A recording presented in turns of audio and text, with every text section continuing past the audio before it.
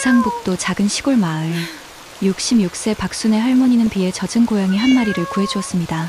그저 평범한 선행이라고 생각했던 그 순간이 50년간 묻혀있던 충격적인 비밀의 시작이었는데요.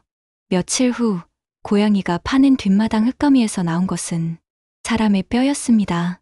순식간에 마을 전체가 발칵 뒤집혔고 평생 조용히 살아온 순애 할머니는 하루아침에 살인 용의자로 몰리게 되었어요. 가족마저 등을 돌리고 마을 사람들의 차가운 시선 속에서 과연 순애 할머니는 무죄를 증명할 수 있을까요? 그리고 50년 전 이 집에서 정말 무슨 일이 벌어졌던 걸까요? 보가, 엄마는 정말 아무것도 모르는데 왜 이런 일이 생기는 거지? 사연 시작 전에 무료로 할 수 있는 구독과 좋아요를 눌러주시면 여러분께도 좋은 일이 찾아올 거예요. 경상북도 깊숙한 곳, 산자락에 자리 잡은 작은 마을에는 오래된 기와집들이 옹기종기 모여 있습니다. 그 중에서도 마을 끝자락에 위치한 박순애의 집은 유독 조용했습니다. 66세의 순애는 남편을 일찍 여의고 홀로 아들 정민을 키워낸 억센 여인이었죠. 마을 사람들 사이에서는 조용하고 얌전한 과부로 통했지만 그 안에 숨겨진 강인함은 아무도 모르고 있었습니다.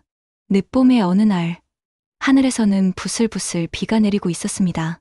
순애는 허리가 굽은 몸을 이끌고 마당의 화초들을 돌보고 있었어요.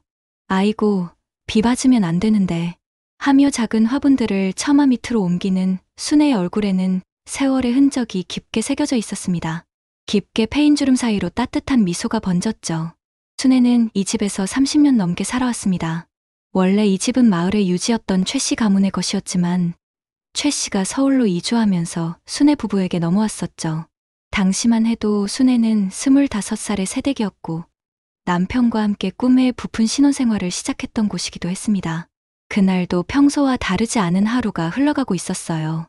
오후 2시쯤 순애는 뒷마당 창고 정리를 하려고 나섰습니다. 창고 옆 탐장 근처에서 작은 소리가 들려왔어요. 야옹, 야옹, 약하고 가냘픈 울음소리였습니다. 순애가 소리가 나는 쪽을 살펴보니 담장 구석에 새끼 고양이 한 마리가 비에 젖은 채 웅크리고 있었어요. 온몸이 흠뻑 젖어 떨고 있는 작은 생명체를 본 순애의 마음이 아려왔습니다. 아이고, 어디서 왔노? 고생 많았지? 순애는 집 안으로 들어가 마른 수건을 가져와 고양이를 조심스럽게 감쌌습니다. 고양이는 검은색과 흰색이 섞인 털을 가지고 있었고 아직 어린 것 같았어요. 순애의 따뜻한 손길을 받으며 고양이는 점점 진정되었습니다. 우리 집에서 좀 쉬어가거라. 순애는 마당 한 구석에 작은 상자를 놓고 헝겊을 깔아준 뒤 따뜻한 우유 한 그릇을 내어놓았습니다. 고양이는 배가 몹시 고팠던 것 같았어요. 우유를 정신없이 핥아먹더니 상자 안에서 꾸르륵 소리를 내며 잠이 들었습니다. 순애는 그 모습을 바라보며 흐뭇한 미소를 지었어요. 오랜만에 집에 생기가 도는구나. 오후 내내 비는 계속 내렸고 순애는 집 안에서 이런저런 살림을 정리하며 시간을 보냈습니다. 창밖으로는 빗방울이 처마 끝에서 똑똑 떨어지는 소리만 들렸죠. 마을은 더욱 고요했고 평온했습니다. 이런 날이면 순애는 늘 옛 추억에 잠기곤 했어요. 젊었을 때 남편과 함께 이 마당에서 나눈 이야기들, 아들 정민이 어렸을 때 뛰어놀던 모습들. 저녁이 되어 비가 그치자 순애는 다시 뒷마당으로 나갔습니다. 고양이는 여전히 상자 안에서 자고 있었어요. 순애는 조용히 다가가 고양이의 머리를 쓰다듬었습니다. 내일부터는 우리 집 식구네. 그때만 해도 순애는 이 작은 고양이가 자신의 인생을 완전히 바꿔놓을 줄은 꿈에도 몰랐습니다. 해가 지고 마을에 어둠이 내려앉자 순애는 고양이와 함께 집 안으로 들어갔습니다. 오랜만에 느끼는 따뜻한 동행이었죠. 그날 밤 순애는 오랜만에 편안한 잠에 들었습니다. 작은 고양이의 부드러운 숨소리가 집 안의 정막을 채우고 있었어요. 며칠 지나자 고양이는 순애의 집에 완전히 적응했습니다. 순애는 고양이에게 복이라는 이름을 지어줬어요. 너 덕분에 우리 집에 복이 들어올 것 같다며 웃음을 지었죠. 복이는 하루 종일 마당을 돌아다니며 나비를 쫓기도 하고 순애가 빨래를 넣을 때면 옆에서 졸졸 따라다니기도 했습니다. 그런데 이상한 일이 벌어지기 시작했어요. 복이가 자꾸 뒷마당 한쪽 구석으로 가서는 땅을 파헤치는 거였습니다. 처음에 순애는 그냥 고양이의 습성이려니 생각했죠. 아마 쥐 냄새라도 나는 모양이다 하며 대수롭지 않게 여겼어요. 하지만 보기의 행동은 점점 더 집요해졌습니다. 사흘째 되는 날, 순애는 보기가 파놓은 구덩이를 보고 깜짝 놀랐어요. 생각보다 깊게 파여 있었거든요. 이 녀석이 이렇게 열심히 팠구나. 순애는 호미를 들고 구덩이 주변의 흙을 정리해 주려고 했습니다. 그런데 호미로 흙을 걷어내던 중 뭔가 딱딱한 것이 걸렸어요. 어? 이게 뭐지? 순애는 조심스럽게 손으로 흙을 걷어냈습니다. 그러자 희끗한 무언가가 드러났어요. 처음에는 돌인 줄 알았는데 자세히 보니 그게 아니었습니다. 낡고 누런 천 조각에 쌓여 있는 것 같았어요. 순애의 손이 점점 떨리기 시작했습니다. 더 파보니 길쭉한 형태의 하얀 것들이 여러 개 나왔어요. 순애는 그 순간 직감적으로 알았습니다. 이건 보통 물건이 아니라는 것을. 설마 하는 생각이 머릿속을 스쳤지만 현실을 받아들이기 어려웠어요. 순애는 급히 흙을 다시 덮으려 했습니다. 하지만 이미 늦었어요. 바로 그때 마을에 사이렌 소리가 울려 퍼졌습니다. 경찰차가 마을 입구로 들어오고 있었어요. 순애의 가슴이 쿵쿵 뛰기 시작했습니다. 사이렌 소리는 점점 가까워졌고 마침내 순애의 집 앞에서 멈췄어요. 차에서 내린 사람은 순애의 사위인 강호였습니다. 강호는 인근 파출소에서 근무하는 형사였어요. 어머니, 안녕하세요. 순찰 돌다가 인사드리러 왔습니다. 강호는 평소처럼 밝은 표정으로 인사했어요. 하지만 순애는 얼굴이 하얗게 질려 있었습니다. 아, 호야. 왔구나. 순애의 목소리는 떨리고 있었어요. 강호는 예리한 관찰력을 가진 형사였습니다. 장모의 이상한 기색을 놓치지 않았죠. 어머니, 괜찮으세요? 얼굴이 좀 안 좋아 보이는데. 아니야, 괜찮다. 그냥 좀 놀란 것뿐이야. 순애는 억지로 웃으며 대답했어요.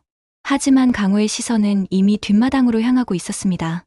파헤쳐진 흙더미와 그 주변에 흩어진 이상한 것들이 눈에 띄었거든요. 강호는 천천히 뒷마당으로 걸어갔습니다. 어머니, 이게 뭐죠? 강호의 목소리에 긴장감이 실렸어요. 순애는 뒤따라가며 어쩔 줄 몰라 했습니다. 그냥 고양이가 파놓은 거야. 별거 아니야. 하지만 강호는 이미 땅에서 나온 것들을 자세히 살펴보고 있었어요. 형사로서의 직감이 움직이기 시작했습니다. 어머니, 이건 뼈 같은데요? 강호의 얼굴이 심각해졌어요. 순애는 그 순간 다리에 힘이 빠지는 것을 느꼈습니다. 뼈라니? 그럴 리가. 순애는 중얼거렸지만 속으로는 이미 알고 있었어요. 강호는 즉시 휴대폰을 꺼내 본서에 연락했습니다.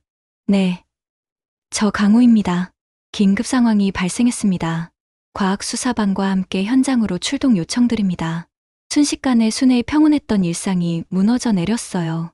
강호는 현장을 보존하기 위해 노란 테이프를 두르기 시작했습니다. 어머니, 죄송하지만 현장을 보존해야 합니다. 집 안에서 기다려주세요. 1시간도 지나지 않아 경찰차 여러 대와 과학수사 차량이 도착했어요. 조용했던 시골 마을이 순식간에 아수라장이 되었습니다. 마을 사람들이 하나둘 구경을 나왔고 순애의 집 주변은 사람들로 둘러싸였어요. 순애는 집 안에서 창문 너머로 바깥 상황을 지켜보고 있었습니다. 보기는 순애의 무릎 위에서 불안한 듯 몸을 떨고 있었어요. 내가 뭔 일을 당하는 거지. 순애의 마음은 천갈래로 찢어지고 있었습니다. 평생 조용히 살아온 자신에게 이런 일이 벌어질 줄은 꿈에도 몰랐거든요. 저녁이 되어서야 현장 조사가 마무리되었습니다. 강호가 집 안으로 들어와 순애에게 말했어요. 어머니, 일단 정밀 조사를 해봐야겠습니다. 며칠 동안 뒷마당 출입을 금지해야 할 것 같아요. 순애는 고개를 끄덕일 수밖에 없었습니다. 그날 밤, 순애는 잠을 이룰 수 없었어요. 30년 넘게 살아온 집에서 이런 일이 벌어지다니. 보기만이 순애의 곁에서 조용히 자고 있었습니다. 다음 날 아침, 순애는 붉게 부어오른 눈으로 일어났습니다. 밤새 뒤척이며 잠을 제대로 이루지 못했거든요. 창밖을 내다보니 뒷마당에는 여전히 노란 테이프가 둘러쳐져 있었고 경찰관 한 명이 지키고 서 있었어요. 현실이 꿈이 아니라는 것을 다시 한번 실감했습니다. 오전 10시쯤 강호가 다른 수사관들과 함께 찾아왔어요. 어머니, 국과수에서 1차 감정 결과가 나왔습니다. 강호의 표정은 어제보다 더욱 심각했어요. 유골은 성인 여성의 것으로 추정되고 사망 시기는 최소 50년 전으로 보입니다. 순애의 가슴이 철렁 내려앉았어요. 50년 전이라면 자신이 이 집에 오기 훨씬 전 일이었거든요. 그럼 나하고는 상관없는 거 아니야? 순애는 조심스럽게 물었습니다. 하지만 강호의 대답은 순애가 원하는 것과 달랐어요. 어머니도 참고인으로 조사를 받으셔야 할 것 같습니다. 이 집에 가장 오래 사신 분이니까요. 강호의 말에 순애는 몸이 떨렸어요.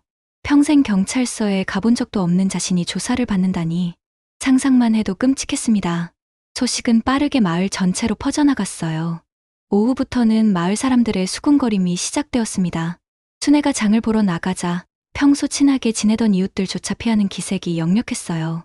저 집 뒷마당에서 사람 뼈가 나왔다더라.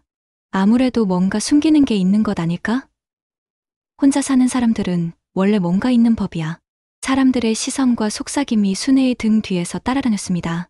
마을 슈퍼 앞에서 순애는 우연히 옆집 아주머니인 김복순을 만났어요.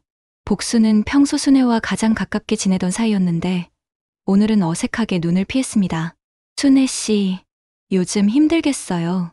복순의 말투에는 동정과 함께 의심이 섞여 있었어요.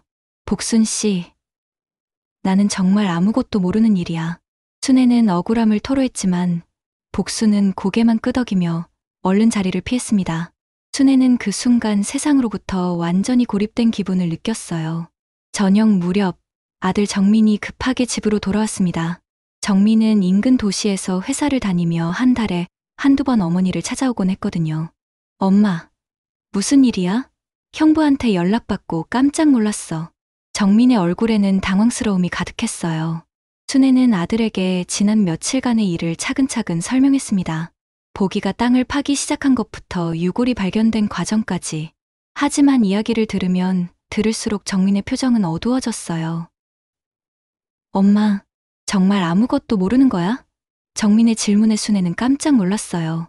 자신의 친아들조차 자신을 의심하고 있다는 것을 깨달았거든요.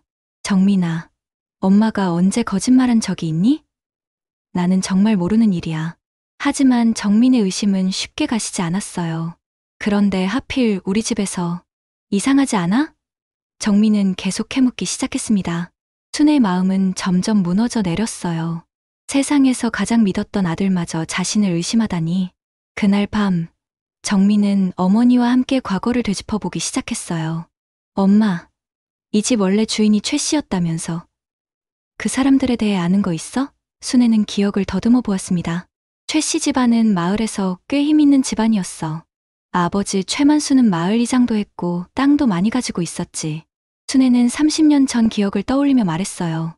그런데 갑자기 서울로 이사를 갔어. 그때 우리가 이 집을 사게 된 거고. 정민은 뭔가 의미심장한 표정을 지었어요. 갑자기 이사를 갔다고? 무슨 일이 있었던 걸까? 순애도 그때를 생각해보니 이상했어요. 최 씨 가족이 이사를 간다고 했을 때 마을 사람들 사이에서 수상한 소문들이 돌았던 기억이 났거든요. 그러고 보니 그때 최 씨 집에서 일하던 여자애가 하나 있었는데 순애는 갑자기 오래된 기억이 떠올랐어요. 박영이라는 아이였는데 어느 날 갑자기 사라졌다고 했어. 그 일 때문에 마을이 시끄러웠지. 정민의 눈이 번뜩였어요. 사라졌다고? 언제? 우리가 이 집에 오기 바로 직전쯤이었어. 그때 마을 사람들이 다 찾아다녔는데 끝내 못 찾았어. 순애의 목소리가 점점 작아졌어요. 두 사람은 서로를 바라보며 같은 생각을 하고 있었어요. 혹시 뒷마당에서 발견된 유골이 그 박영희의 것은 아닐까? 하지만 아직은 추측일 뿐이었습니다. 다음 날 아침 강호가 또다시 찾아왔어요. 어머니, 추가 조사 결과가 나왔습니다. 유골과 함께 발견된 옷감 조각과 작은 장신구들을 분석해봤는데 강호는 잠시 말을 멈췄다가 조심스럽게 입을 열었어요. 1970년대 스타일의 옷감이고 목걸이에는 영이라는 이름이 새겨져 있었습니다. 순애와 정민은 서로를 바라보며 소름이 돋는 것을 느꼈어요. 순애의 기억이 맞았던 거였습니다. 순애는 이제 더 이상 이 일을 피할 수 없다는 것을 깨달았어요. 50년 전 이 집에서 무슨 일이 벌어졌는지 진실을 밝혀내야 할 때가 온 것입니다. 박영이라는 이름이 확인된 후 강호는 본격적인 수사에 돌입했습니다. 그는 파출소로 돌아가 50년 전 사건 기록을 뒤지기 시작했어요. 오래된 서류함에서 먼지를 털어내며 1970년대 실종신고서들을 하나씩 살펴봤습니다. 이따 강호는 마침내 박영희의 실종신고서를 발견했어요. 1974년 6월 15일, 당시 22세였던 박영희가 실종되었다는 기록이었습니다. 신고자는 영희의 언니였고 마지막 목격 장소는 최만수의 집이었어요. 영희는 그 집에서 가사도우미로 일하고 있었다고 적혀 있었습니다. 더욱 놀라운 것은 사건 수사 기록이었어요. 당시 담당 형사의 수사일지에는 최만수 측에서 협조 거부, 상부 지시로 수사 중단 같은 메모들이 적혀 있었습니다. 강호는 뭔가 석연치 않은 냄새를 맡았어요. 한편 순애의 집 주변 상황은 점점 악화되고 있었습니다. 마을 사람들의 시선은 더욱 차가워졌고 심지어 아이들까지 순애의 집 앞을 지날 때 빨리 지나가곤 했어요. 순애는 장을 보러 나가는 것조차 부담스러워졌습니다. 그런 어느 날 오후 마을 노인정에서 할아버지들이 모여 이야기하는 소리가 순애의 귀에 들려왔어요. 그때 영희 그 애가 임신했었다는 소문이 있었지. 한 할아버지가 담배를 깊게 빨며 말했습니다. 순애는 몰래 담장 뒤에서 그들의 대화를 엿들었어요. 그의 아버지가 누군지 알면 깜짝 놀랄 거야. 그래서 최 씨가 그렇게 급히 마을을 떠난 거 아니겠나? 또 다른 할아버지가 의미심장하게 말했습니다. 순애의 온몸에 소름이 돋았어요. 만약 그 말이 사실이라면 영희의 죽음 뒤에는 더 큰 비밀이 숨어 있을지도 모른다는 생각이 들었거든요. 순애는 급히 집으로 돌아와 강호에게 전화를 걸었습니다. 호야, 마을 할아버지들 말이 영희가 임신했었다는 소문이 있었대. 순애의 목소리는 떨리고 있었어요. 강호는 잠시 침묵했다가 대답했습니다. 어머니, 그 얘기 자세히 들으셨어요? 그날 저녁 정민이 회사에서 돌아왔습니다. 하지만 정민의 표정은 어제보다 더욱 어두웠어요. 회사에서도 이 소식을 들었나 봅니다. 엄마, 사람들이 다 알고 있어. 회사에서도 수근거리고 정민의 목소리에는 짜증이 섞여 있었어요. 정민아, 엄마가 무슨 잘못을 했다고 그래? 순애는 억울함을 호소했지만 정민은 냉정했습니다. 엄마가 숨기는 게 있는 거 아니야? 아빠는 그때 이 집에서 뭘 했던 거야? 순애는 깜짝 놀랐어요. 정민이 돌아가신 아버지까지 의심하고 있다는 것을 깨달았거든요. 아버지는 그냥 최 씨 집 마당 관리를 도와줬을 뿐이야. 며칠 일하고 그만뒀다고 했어. 며칠? 정민의 눈이 날카로워졌어요. 그럼 영희가 사라진 시기랑 겹치는 거네? 순애는 말문이 막혔어요. 정민의 추궁이 점점 거세졌습니다. 엄마는 정말 아무것도 몰라? 아빠가 그때 무슨 일이 있었는지 말씀 안 하셨어. 정민은 어머니를 다그치기 시작했어요. 순애는 아들의 차가운 시선을 견딜 수 없었습니다. 정민아, 엄마를 믿어줘. 정말 아무것도 모르는 일이야. 순애의 눈에서 눈물이 흘러내렸어요. 하지만 정민은 돌아서며 말했습니다. 엄마가 계속 이런 식이면 나도 어떻게 해야 할지 모르겠어. 다음 날 더욱 충격적인 일이 벌어졌습니다. 강호가 과거 수사 기록을 더 자세히 조사한 결과 순애의 남편 박동수가 당시 최 씨 집에서 일했던 사실이 공식 기록에 남아있다는 것을 발견했거든요. 어머니, 죄송하지만 아버님도 참고인으로 조사해야 할 것 같았는데 이미 돌아가셔서. 강호의 말에 순애는 머리가 하얗게 변하는 것을 느꼈어요. 마을 사람들 사이에서는 이제 순애 남편이 범인이었을 것이라는 소문이 공공연히 퍼지기 시작했어요. 심지어 누군가는 그래서 일찍 죽은 거 아니야? 죄책감 때문에라는 말까지 했습니다. 순애는 더 이상 견딜 수 없었어요. 마을 슈퍼에 가려고 나섰다가 아이들이 저 할머니 집에서 사람 죽였대라고 수근거리는 소리를 들었거든요. 순애는 그 자리에서 주저앉고 말았습니다. 그날 밤 정민은 짐을 싸기 시작했어요. 엄마, 나 당분간 회사 기숙사에서 지낼게. 이 상황에서는 정민의 말에 순애의 가슴이 찢어지는 것 같았어요. 정민아, 엄마를 버리고 가지 마라. 엄마는 너밖에 없어. 순애는 아들의 옷자락을 붙잡고 애원했지만 정민은 냉정하게 뿌리쳤습니다. 엄마가 진실을 말씀해 주시면 돌아올게요. 그 전까지는 미안해요. 정민은 그렇게 말하고 집을 나가버렸어요. 순애는 빈집에 혼자 남겨졌습니다. 보기만이 순애의 곁을 지키고 있었어요.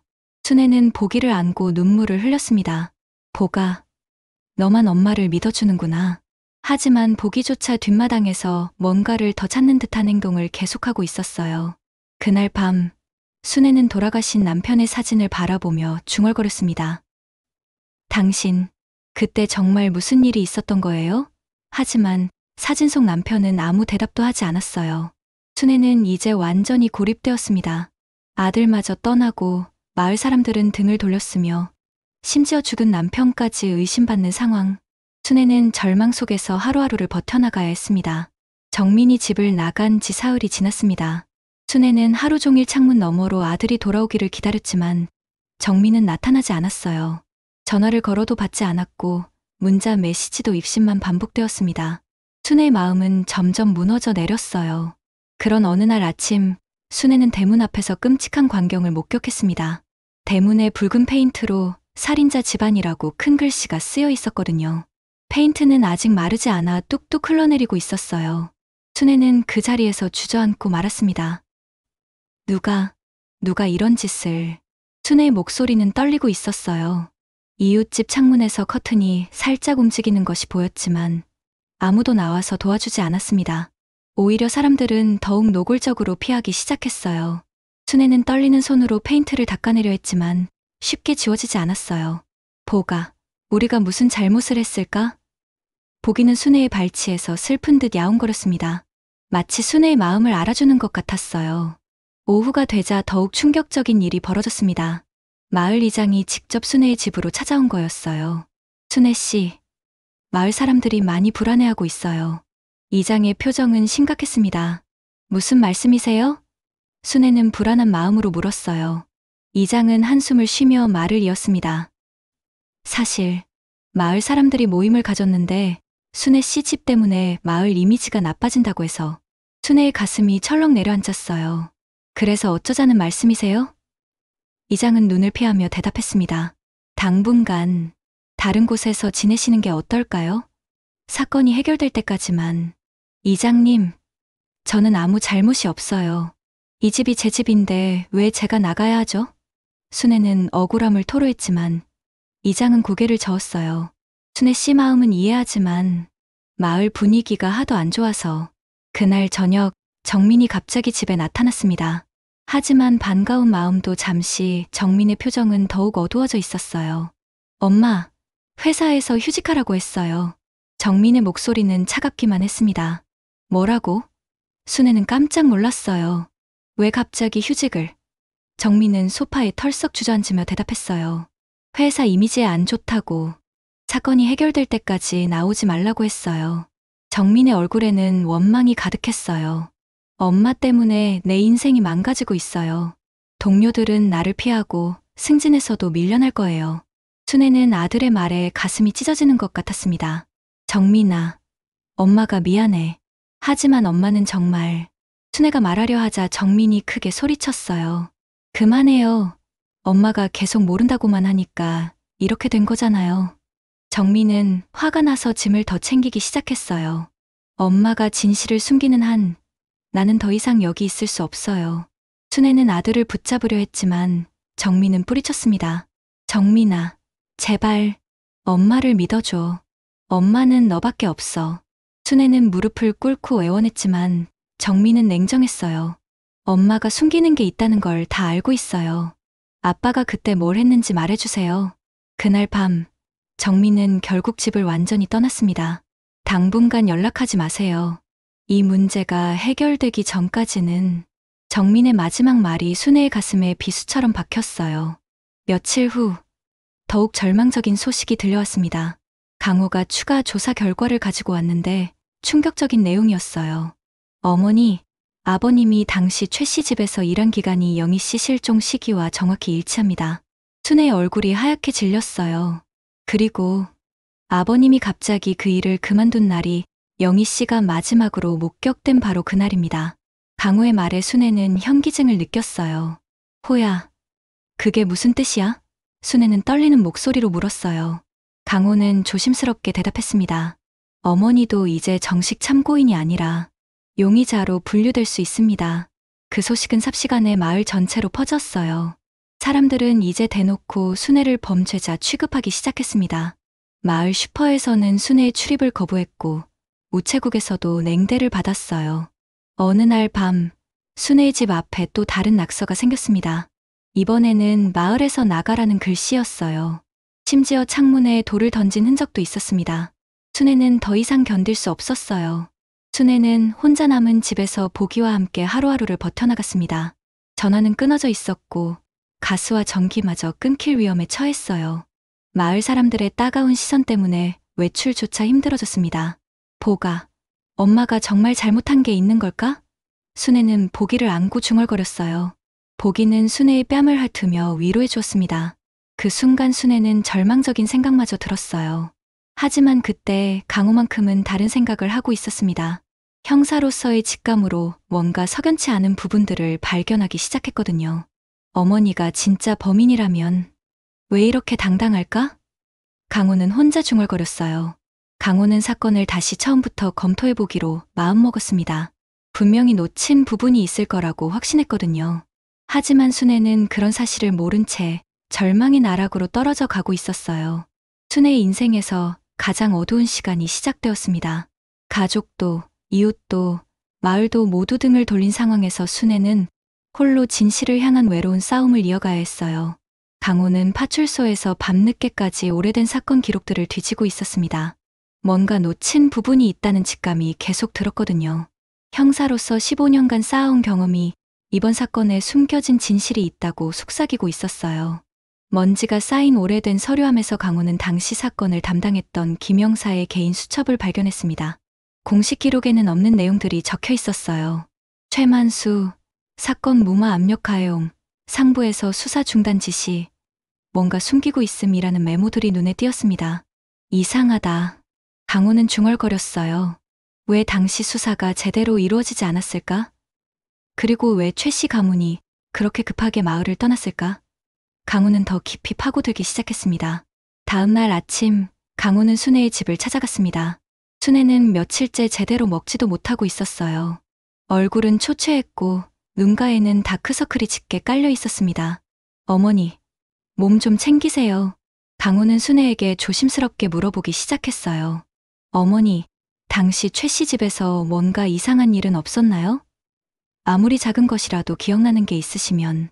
순애는 고개를 저었습니다. 정말 아무것도 모르겠어. 하지만 강호는 포기하지 않았어요. 그럼 아버님이 그 일을 그만둘 때 하셨던 말씀은 기억나세요? 순애는 잠시 생각해보더니 입을 열었습니다. 그냥 일이 힘들다고만 했어. 그리고 최 씨한테서 돈을 제대로 못 받았다고. 돈을 못 받았다고요? 강호의 눈이 번뜩였어요. 아버님이 그 말씀을 하실 때 표정이나 분위기는 어땠나요? 순애는 더 깊이 기억을 더듬어 보았습니다. 그러고 보니 평소보다 많이 화가 나 있었어. 그리고 며칠 동안 술을 많이 마셨지. 순애의 말에 강호는 뭔가 단서를 찾은 것 같았어요. 혹시 아버님이 그때 최 씨와 다툰 일은 없었나요?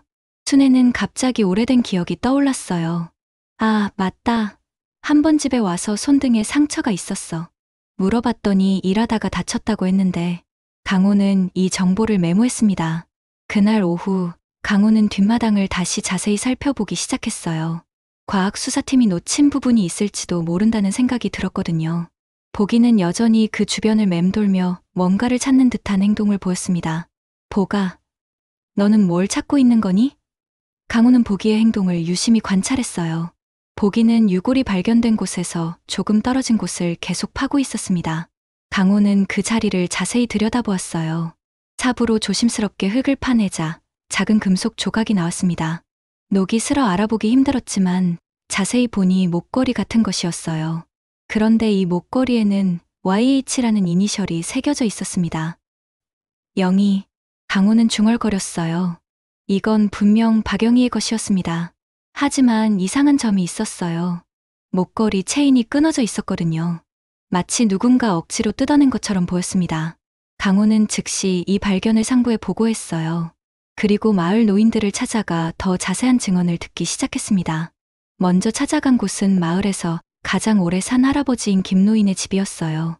할아버지, 50년 전 박영희에 대해 기억나는 게 있으신가요? 강호의 질문에 김노인은 담배를 한 모금 빨고 말했습니다. 참 예쁜 애였지.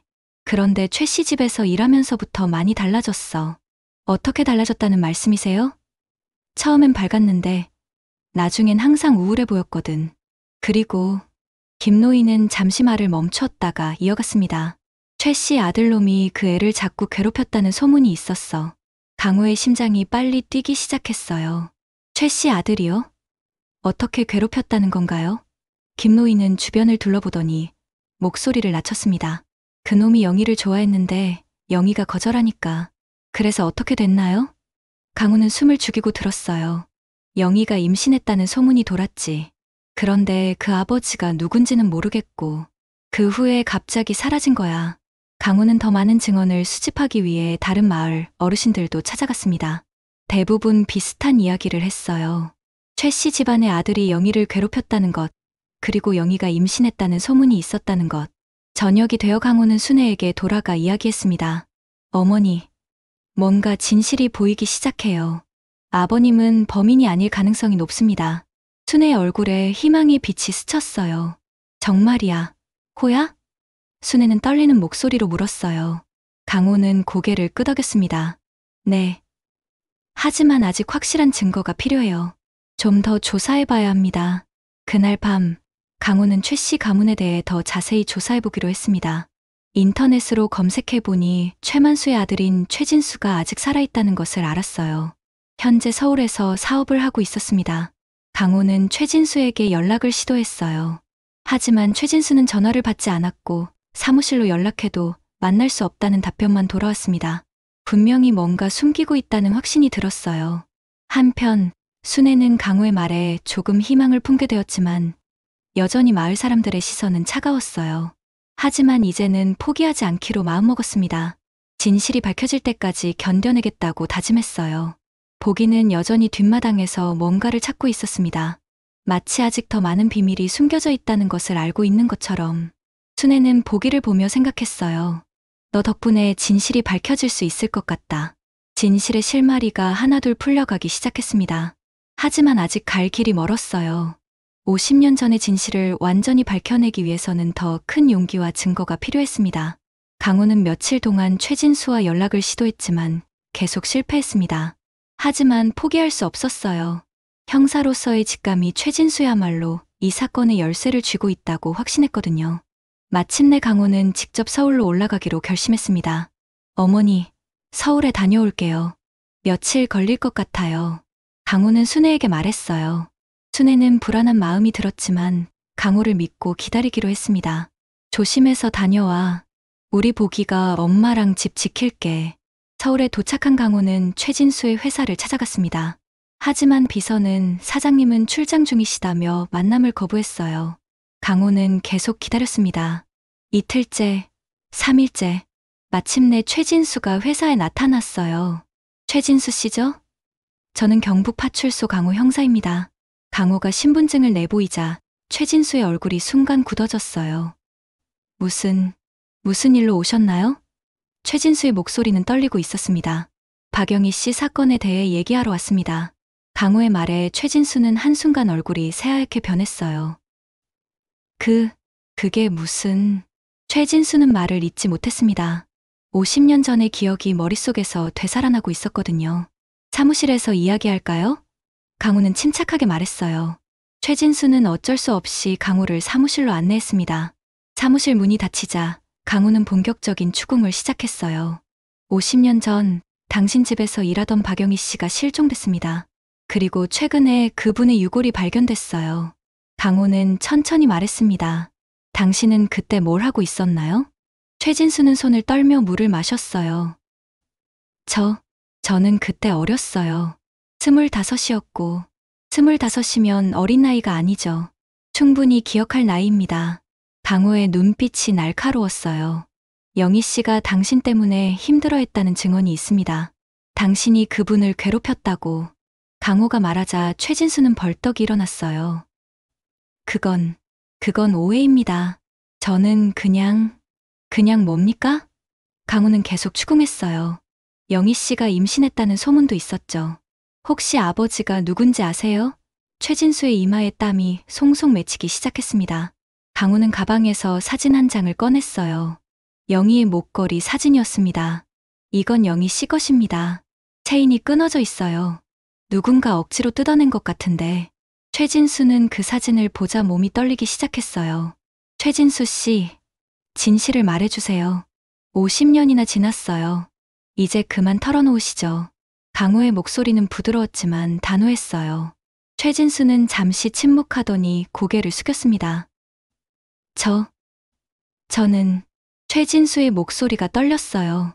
영희를 사랑했어요. 정말 사랑했다고요. 강호는 조용히 들었습니다. 하지만 영희는 저를 받아주지 않았어요. 계속 거절했어요. 그래서 어떻게 하셨나요? 강호는 숨을 죽이고 물었어요. 최진수는 눈물을 흘리기 시작했습니다. 저는 그냥 포기할 수 없었어요. 매일매일 따라다니고 선물도 주고. 하지만 영희 씨는 계속 거절했죠? 네. 그래서 저는 화가 났어요. 왜 나를 받아주지 않는지. 최진수의 고백이 이어졌습니다. 그리고 어느 날 영희가 다른 남자와 이야기하는 걸 봤어요. 강호의 심장이 빨리 뛰기 시작했어요. 다른 남자요? 누구였나요? 박동수. 영희 옆집에서 일하던 남자였어요. 그들이 서로 좋아하는 것 같았어요. 최진수는 주먹을 쥐었습니다. 그때 너무 화가 났어요. 왜 나는 안 되고 그 남자는 되는지. 최진수의 목소리에 분노가 섞여 있었어요. 그래서 영희를 불러내서 따졌어요. 왜 나를 무시하냐고, 내가 뭐가 부족하냐고. 그때 영희 씨가 뭐라고 했나요?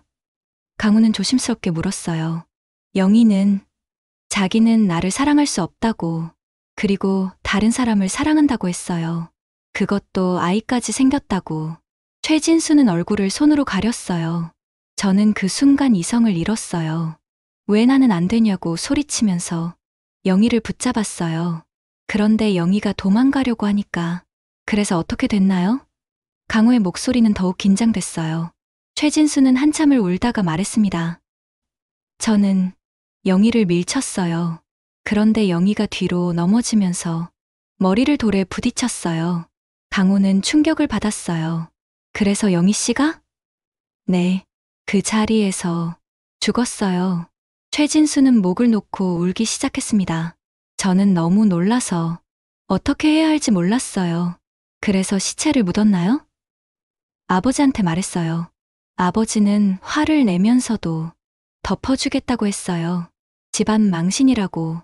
그래서 밤에 뒷마당에 묻었어요. 최진수는 떨리는 목소리로 고백했습니다. 그럼 박동수 씨는 억울하게 의심받은 거네요? 강호는 분노가 치밀었어요. 박동수는 그냥 영희를 좋아했을 뿐이에요. 저희가 그 사람에게 일을 그만두라고 했어요. 입 막으려고. 강호는 모든 진실을 알게 되었어요. 순애의 남편은 완전히 무고했던 것입니다. 오히려 피해자였던 거죠. 최진수 씨, 당신은 지금 살인을 고백한 겁니다. 체포하겠습니다. 최진수는 저항하지 않았어요. 50년간 짊어진 죄책감에 더 이상 견딜 수 없었거든요. 저는 평생 지옥에서 살았어요. 매일 밤 영희가 꿈에 나타났어요. 이제야 편해질 것 같아요. 강호는 즉시 본서에 연락해 체포 영장을 신청했습니다. 그리고 순애에게 전화를 걸었어요. 어머니, 진범을 잡았어요. 아버님은 완전히 무죄입니다. 순애는 전화를 받고 주저앉아 울었습니다. 마침내 50년 만에 진실이 밝혀졌어요. 하지만 아직 마을 사람들과 정민에게 사과받을 일이 남아 있었습니다. 순애의 진짜 싸움은 이제부터 시작이었어요. 최진수가 체포되었다는 소식이 마을에 전해지자 사람들의 반응은 충격 그 자체였습니다. 50년 동안 묻혀있던 진실이 드러나면서 순애를 의심했던 모든 이들이 부끄러워했어요. 특히 마을 이장은 순애의 집을 가장 먼저 찾아왔습니다. 순애 씨, 정말 죄송합니다. 이장은 대문 앞에서 깊게 고개를 숙였어요. 우리가 당신을 의심했던 것 용서해 주세요. 순애는 대문을 열고 이장을 맞이했습니다. 얼굴에는 원망보다는 안도의 표정이 가득했어요. 이장님, 괜찮습니다. 누구라도 그럴 수 있어요. 순애의 너그러운 마음에 이장은 더욱 미안해했습니다. 고지어 마을 사람들이 하나둘 순애의 집 앞에 모여들기 시작했어요. 모두 사과하러 온 것이었습니다. 김복순도 그중 한 명이었어요. 순애야, 내가 너를 의심했던 거 정말 미안해. 복순은 눈물을 흘리며 순애의 손을 잡았습니다. 우리가 얼마나 바보였는지 몰라. 너를 그렇게 몰아붙이다니. 순애는 복순을 꽉 안아주었어요. 복순아, 다 지난 일이야. 이제 진실이 밝혀졌으니 그걸로 됐어. 순애의 마음씨에 마을 사람들은 더욱 죄송스러워했습니다. 대문에 붉은 페인트로 낙서를 했던 사람들도 나와서 사과했어요. 며칠 후 영희의 유족들이 찾아왔습니다. 영희의 조카인 박수정이 대표로 온 것이었어요. 이모 덕분에 고모의 한이 풀렸어요. 정말 감사합니다. 수정은 순애의 손을 꽉 잡고 말했습니다. 아니야, 내가 한 게 뭐 있어. 보기가 다 해준 거지. 순애는 보기를 쓰다듬으며 말했어요. 보기는 마치 자신이 영웅이 된 것처럼 꼬리를 흔들었습니다. 수정은 웃으며 보기의 머리도 쓰다듬어 주었어요. 영희의 장례식은 50년 만에 제대로 치러졌습니다. 마을 사람들이 모두 참석해서 영희의 넋을 위로했어요. 순애도 영희를 위해 정성스럽게 준비한 꽃다발을 올렸습니다. 영희야, 이제 편히 쉬어라. 너를 괴롭힌 사람도 벌을 받았으니까. 장례식이 끝난 후 가장 어려운 순간이 찾아왔습니다. 정민이 집으로 돌아온 것이었어요. 정민은 대문 앞에서 한참을 망설이다가 들어왔습니다. 순애는 마당에서 빨래를 널고 있었어요. 엄마, 정민의 목소리는 떨리고 있었습니다. 순애는 빨래를 내려놓고 아들을 바라보았어요. 정민의 얼굴에는 후회와 죄책감이 가득했습니다. 엄마, 나 정말 잘못했어. 정민은 그 자리에서 무릎을 꿇었어요. 엄마를 의심했던 것, 집을 나간 것, 모든 게 내 잘못이야. 용서해줘. 정민의 눈에서 눈물이 쏟아져 내렸습니다. 순애는 아들에게 다가가 그를 일으켜 세웠어요. 정민아, 일어나. 너도 힘들었을 거야. 순애는 아들을 꽉 안아주었습니다. 사람은 눈에 보이는 것만 믿으면 안 돼. 마음으로 믿어야 하는 거야. 엄마, 내가 엄마를 얼마나 힘들게 했는지. 정민은 어머니의 품에서 울었어요. 순애는 아들의 등을 토닥이며 말했습니다. 괜찮다. 괜찮아. 이제 다 끝났잖아. 우리 가족이 다시 함께 있으면 되는 거야. 회사에서도 정민에게 사과했어요. 휴직 명령을 취소하고 오히려 위로금까지 지급했습니다. 정민은 다시 일상으로 돌아갈 수 있게 되었어요. 하지만 무엇보다 소중한 건 가족의 신뢰를 되찾은 것이었습니다. 며칠 후 순애는 뒷마당에 작은 나무를 심었습니다. 영희를 기리기 위한 추모목이었어요. 영희야, 내가 좋아할 만한 예쁜 꽃나무를 심었어. 봄이 되면 예쁜 꽃이 필 거야. 순애는 나무에 물을 주며 중얼거렸어요. 보기는 그 나무 옆에서 평화롭게 졸고 있었습니다. 더 이상 땅을 파지 않았어요. 마치 자신의 임무를 다 마친 것처럼 만족스러워 보였습니다. 순애는 보기를 보며 웃었어요. 정말 너 덕분이야, 보가. 마을의 분위기도 완전히 바뀌었어요. 사람들은 순애를 더욱 따뜻하게 대했고 순애의 반찬 가게에도 손님들이 다시 찾아오기 시작했습니다.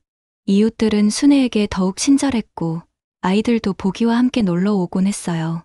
한 달 후 강호가 좋은 소식을 가지고 왔습니다. 어머니, 최진수가 모든 죄를 인정하고 자백했어요. 재판에서도 죄를 감경받을 가능성이 높대요. 뭔가 속죄하려는 마음이 진짜인 것 같아요. 순애는 고개를 끄덕였어요. 그 사람도 50년간 고통받았을 거야. 이제야 마음이 편해졌을 거라고 생각해.